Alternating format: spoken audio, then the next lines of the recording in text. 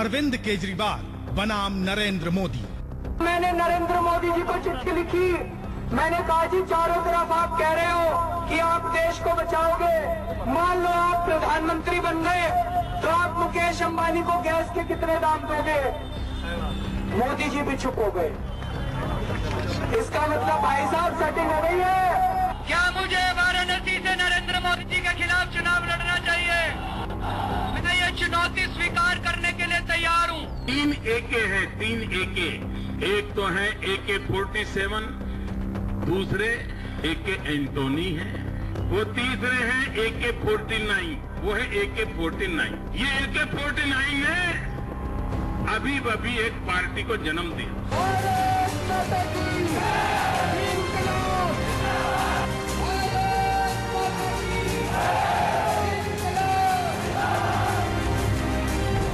मैं अरविंद केजरीवाल हूँ और उसे क्या फर्क पड़ता है? मैं आप में से एक हूँ, इससे फर्क पड़ता है। देश के सबसे दिलचस्प चुनावी संग्राम की जमीन पर अरविंद केजरीवाल और नरेंद्र मोदी आमने सामने हैं।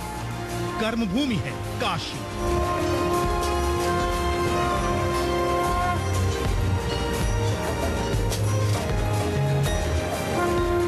जहां 2014 के सत्ता संघर्ष की पटकथा लिखी जा रही है।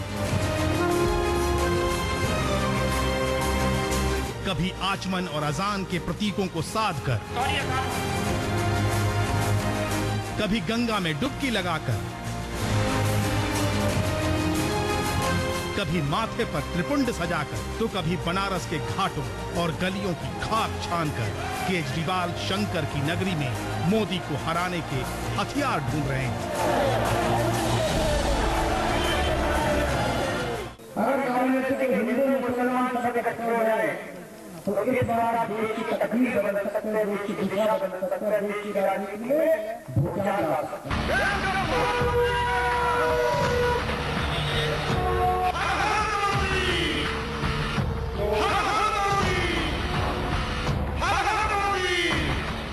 दूसरी तरफ हर हर मोदी जैसे जयकारों की गूंज से चुनावी अभियान का आगाज करने वाले नरेंद्र मोदी की हिंदुत्व फिलॉसफी बनारस के चौराहों से चस्पा हो रही है।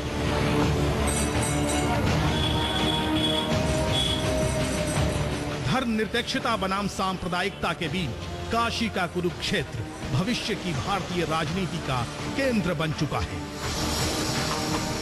उनको कहते हैं बच्चे को रोजगार चाहिए, तो वो क्या कहते हैं, अरे रोजगार बात में पहले सेक्युलरिज्म की बात करो। आप कहते हैं खेत में पानी चाहिए, तो कह रहे पानी की बात छोड़ो, पहले सेक्युलरिज्म की बात करो। आप कहते हैं महंगाई कम करो, अरे बोले महंगाई छोड़ो, आज सेक्युलरिज्म खतरे में है।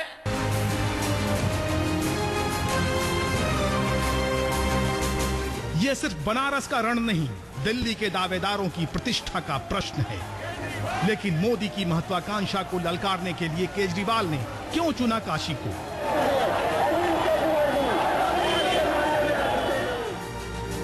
महज 1.5 साल के भीतर केजरीवाल की राजनीति को कैसे मिल गया इतना विस्तार? अपेक्षा, महत्वाकांक्षा और अधिकार की लड़ाई को केजरीवाल ने कैसे बदला सत्ता के अवसर और सफर में? इसकी कहानी अतीत में है। आज इस मंच से हम ऐलान करना चाहते हैं कि हाँ, हम अब चुनाव लड़के दिखाएंगे आप लोगों को। सरकार बनाएंगे,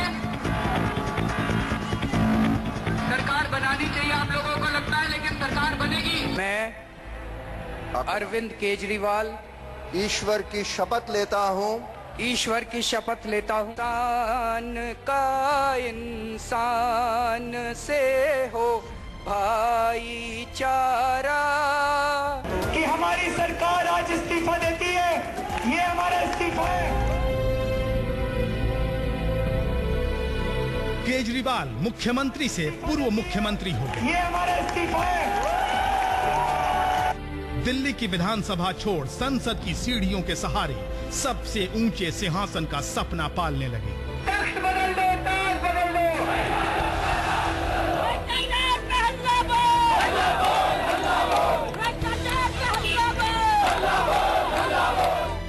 लेकिन 49 दिनों की सत्ता ने देश को केजरीवाल के सियासी चरित्र का आईना दिखा दिया। बच्चों के सिर पर हाथ रखकर कहा, मैं कसम खाता हूं कि कभी नहीं उनका समर्थन लूंगा। अब अरविंद केजरीवाल की पोल भी खोलने लगी है। बेशक केजरीवाल के भविष्य की राजनीति कई सवालों में घिरी है, जिनका जवाब छिपा है कुछ अनदेखे पहलुओं में। एक इंजीनियर, एक सामाजिक कार्यकर्ता, भारतीय राजस्व सेवा का एक अधिकारी और एक पूर्व सीएम। आखिर क्या है एक केजरीवाल के इतने चेहरों का सच? बुनियाद को समझने के लिए हमने पलटे अतीत के कुछ पन्ने और पहुंच गए दिल्ली से करीब 200 किलोमीटर दूर हरियाणा के हिसार जिले के इस छोटे से गांव सिवानी, जहां 16 अगस्त 1968 को जन्माष्टमी के दिन केजरीवाल का जन्म हुआ, इसी मकान नंबर 30 में। अरविंद केजरीवाल का जन्म इसी कमरे में हुआ था और अरविंद केजरीवाल के चाचा जी हैं, अरविंद केजरीवाल की जो चाची जी हैं वो सब हैं, उनसे जानने की कोशिश करते हैं। अरविंद केजरीवाल जी कहाँ पैदा हुए थे? यहीं हुए थे क्या? यहीं कमरे में हुए थे। पिता गोविंद राम इलेक्ट्रिकल इंजीनियर थे। दादी ने पोते का प्यार से नाम रखा कृष्णा। जन्माष्टमी के दिन पैदा हुआ था, इस वजह से मेरी दादी जी उसका नाम कृष्ण रख दिया था। यहाँ से 5 किलोमीटर दूर है खेड़ा गांव। केजरीवाल के पूर्वज रहते थे। दादाजी अपने कारोबार को बढ़ाने के लिए खेड़ा छोड़कर सिवानी आ गए। तब खेड़ा गांव में केजरीवाल के परिवार का काफी रसूख था। अपनी हवेली थी जो आज खंडहर है। किसी जमाने में खेड़ा गांव में ये मकान बहुत ही खूबसूरत मकान हुआ करता था। मंगला सेठ के नाम से इस मकान को जाना जाता था, जिसे लोग हवेली भी कहा करते थे। वक्त के साथ साथ हवेली की रौनक अब खंडहर में तब्दील हो चुकी है। अरविंद के दादाजी ने गांव में मंदिर, धर्मशाला और पानी की बावली बनवाई थी। कहते हैं यहाँ 6-7 गांवों के लोगों की प्यास बुझती थी। अरविंद केजरीवाल के पुरखों ने इस बावड़ी का निर्माण करवाया था। जिस जगह पे हम खड़े हैं, यहाँ पे बकायदा एक समय में सुबह से लेकर शाम तक लोगों का तांता लगा हुआ रहता था। सब के सब पानी भरने आया करते थे। कहा यह जाता है कि सबसे पहला काम जो मंदिर बनाने का था वो अरविंद केजरीवाल के पुरखों ने ही शुरू किया। आज भी जन्माष्टमी के दिन अरविंद के ताऊ इस मंदिर में भव्य आयोजन करते हैं। जिस रोज केजरीवाल सीएम पद की शपथ ले रहे थे, उनके ताऊ गांव से 2 बसों में भरकर लोगों को दिल्ली ले आए। और दिल्ली का मुख्यमंत्री बना जी, हम सर गए, हमारे को बहुत खुशी हुई, हम गाड़ी लेके वहाँ पे गए। 49 दिनों में ही सत्ता छोड़ने की गलती का एहसास केजरीवाल को भले ही अब हुआ हो, लेकिन गांव में रहने वाली उनकी चाची बताती हैं कि जनता से राय शुमारी के बगैर अरविंद ने इस्तीफा देकर भारी भूल कर दी। गलती ये करी कि कांग्रेस का उनको समर्थन नहीं लेना था। दूसरी बात ये भाग के पार्टी नहीं छोड़नी थी। चाचा चाची का कृष्णा कब केजरीवाल बन गया, इसकी भी एक दिलचस्प कहानी है। तब अरविंद अपने मौसा जी के साथ कलकत्ता में रहते थे। वहां उनके मौसा जी को लोग केजरीवाल बुलाते थे। बताते हैं कि वहीं से अरविंद को भी नया सरनेम मिला। कलकत्ता से केजरीवाल के कुछ और भी रिश्ते हैं, लेकिन उससे पहले आपको वो स्कूल दिखाते हैं जहां से अरविंद ने पढ़ाई पूरी की। जब ये स्कूल बना था तो अरविंद शुरुआती छात्रों में से थे। अरविंद के नन्हे कदम इसी स्कूल में पढ़े और बाकायदा 10वीं तक की उन्होंने पढ़ाई की। यहाँ 8वीं क्लास में अरविंद का एडमिशन हुआ था। इसी स्कूल में बैडमिंटन चैंपियन साइना नेहवाल ने भी 3री तक पढ़ाई की। टीचर बताते हैं कि स्कूली जीवन से ही अरविंद डिबेट में भाग लेने के शौकीन थे। पढ़ाकू लड़कों में गिनती होती थी, लेकिन स्वभाव में जिद बचपन से ही थी। वो स्टार्टिंग से ही बड़े ब्रिलियंट स्टूडेंट रहे हैं और क्लास में ऊपर के 2-3 स्टूडेंट में उनका नाम आता था। साथ पढ़े दोस्त गगन को तो अरविंद के स्कूली दिनों का एक किस्सा भी याद है। 10th की बात है, इनको तैयार करने के लिए एक टॉपिक दिया गया and you won't believe in 1983 उसने जो टॉपिक तैयार किया that was decentralization of governance. 11वीं और 12वीं की पढ़ाई के लिए केजरीवाल इसी दयानंद कॉलेज में आ गए। यहीं से विश्वविद्यालय में 7वीं रैंक हासिल की। जी हाँ, कॉलेज में जब प्री इंजीनियरिंग की परीक्षा का परिणाम आया तो उस वक्त कॉलेज में अरविंद दूसरे नंबर पे थे। और इतना ही नहीं, कॉलेज के बाहर यूनिवर्सिटी में भी उनका 7वां स्थान था। इसके बाद इंजीनियरिंग कॉलेजों से कई ऑफर आए, लेकिन अरविंद ने आईआईटी पर फोकस किया, परीक्षा पास की और आईआईटी खड़गपुर में अरविंद का दाखिला हो गया। मैकेनिकल इंजीनियरिंग की पढ़ाई खत्म हुई तो टाटा स्टील में नौकरी मिल गई। 3 साल काम किया, फिर नौकरी छोड़ दी। इसके पेरेंट्स जो थे काफी नाराज थे, क्योंकि इंजीनियरिंग की थी आईआईटी से, तो चाहते थे कि वो टाटा में रहे, बिकॉज सबसे ज्यादा जो है अच्छी कॉर्पोरेशन मानी जाती है। इसके बाद मदर टेरेसा की मिशनरीज ऑफ चैरिटी से जुड़े, कुछ दिन रामकृष्ण मिशन में बिताया, फिर आईएएस बनने की धुन सवार हो गई। 2 बार सिविल सेवा की परीक्षा दी और दोनों बार आईआरएस के लिए ही चुने गए। साल 1995 में अरविंद इनकम टैक्स डिपार्टमेंट में असिस्टेंट कमिश्नर बन चुके थे।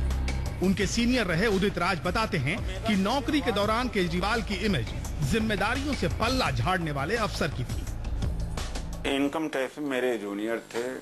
मैं पूरी जिम्मेदारी से कह रहा हूँ कि इन्होंने इनकम टैक्स में नॉन परफॉर्मेंस या कोई काम नहीं किया, निकम्मेपन साबित किया है और वेतन लेते रहे। नवंबर 2000 से अक्टूबर 2002 तक केजरीवाल ने पढ़ाई के नाम पर इनकम टैक्स विभाग से छुट्टी ली थी। इस दौरान उन्हें तनख्वाह मिलती रही, जो बाद में उनके गले की फांस भी बनी। तो 12-13 साल उससे वेतन लेते रहे, घर मकान में इनको मिलता रहा। उसी को प्रचार के समय, विधानसभा के चुनाव समय उसको इनकैश भी किया। उस डिपार्टमेंट में रह के कोई काम नहीं किया इन्होंने। डिपार्टमेंट से मिली छुट्टियों के दौरान केजरीवाल ने एनजीओ का भरपूर अनुभव लिया, जिसकी जड़ें कोलकाता में ही पड़ चुकी थी। फरवरी 2006 में नौकरी छोड़ दी और पूरी तरह एनजीओ से जुड़ गए। जो लोग टैक्स देते हैं हाथ खड़े करें। कौन कौन टैक्स देता है यहाँ पे? आप सारे लोग टैक्स देते हो, आपको पता ही नहीं आप टैक्स देते हो। ये तस्वीरें उन्हीं दिनों की हैं जब केजरीवाल और उनके साथी ढोल मजीरे के साथ दिल्ली में गली गली जाकर लोगों को समझाते कि उनके इलाके में कितना सरकारी फंड खर्च हुआ है। साल 2006 में केजरीवाल को एशिया का नोबेल प्राइज कहा जाने वाला मैग्सेसे अवार्ड मिला। कद बढ़ा, दायरा बढ़ा, कई देशों से संपर्क भी बढ़ा। मनीष सिसोदिया, संजय सिंह, गोपाल राय जैसे लोगों से केजरीवाल का संपर्क हुआ। इसके बाद तलाश ऐसे मुद्दे की थी जिससे पूरे देश में पैठ और पहचान बनाई जा सके। तय हुआ कि भ्रष्टाचार से लोग त्रस्त हैं, इसीलिए जन लोकपाल के लिए देशव्यापी आंदोलन शुरू किया जाए। इंडिया अगेंस्ट करप्शन की छत्रछाया में पूर्व कानून मंत्री शांति भूषण, उनके बेटे प्रशांत भूषण, किरण बेदी और पूर्व जज संतोष हेगड़े के साथ अरविंद केजरीवाल भी आ गए। लेकिन इस आंदोलन का चेहरा कौन बने, ये सबसे बड़ा सवाल था। कई लोगों से मेल मुलाकातों के बाद तय हुआ महाराष्ट्र के गांधीवादी अन्ना हजारे का नाम, जिन्हें भ्रष्टाचार विरोधी लंबे अनशनों का पुराना अनुभव था। इस तरह एक टीम बनी, नाम पड़ा टीम अन्ना। अब बारी थी आंदोलन की तारीख तय करने की। 2 अप्रैल 2011 को भारत ने क्रिकेट विश्व कप जीत लिया। तब तक पूरा देश टेलीविजन से चिपका था। क्रिकेट का खुमार खत्म हुआ तो टीम अन्ना को लगा कि खबर और महानगरों के खालीपन का वक्त आंदोलन के लिए सबसे मुफीद है। 5 अप्रैल 2011 की तारीख यानी छुट्टी का दिन मुकर्रर हुआ आंदोलन के लिए। अन्ना दिल्ली के जंतर मंतर पर आमरण अनशन पर बैठे। लोकपाल का बहाना था, पर वो हर चीज से परेशान थे, महंगाई, बेरोजगारी, भ्रष्टाचार, और सबको अन्ना में परिवर्तन का एक तत्व नजर आया। टीम अन्ना की मांग थी जन लोकपाल कानून बनाना। प्रचार तंत्र की प्लानिंग कामयाब रही, भीड़ जुटने लगी, आंदोलन को जन समर्थन और मीडिया कवरेज दोनों मिला।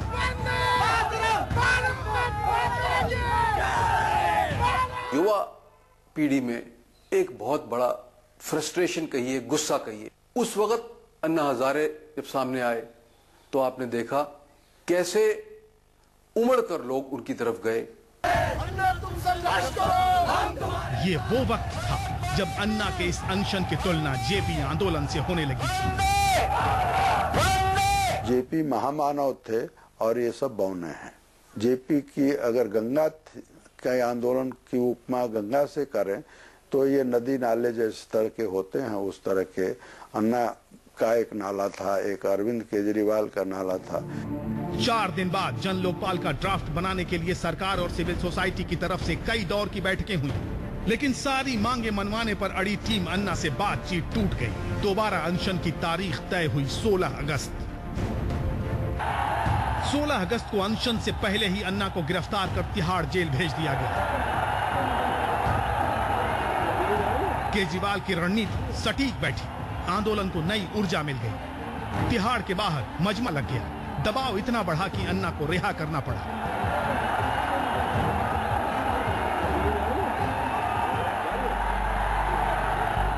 तब तक आंदोलन का चेहरा अन्ना ही थे, लेकिन केजरीवाल पर्दे के पीछे पूरे मूवमेंट को अपने हाथ में ले चुके थे।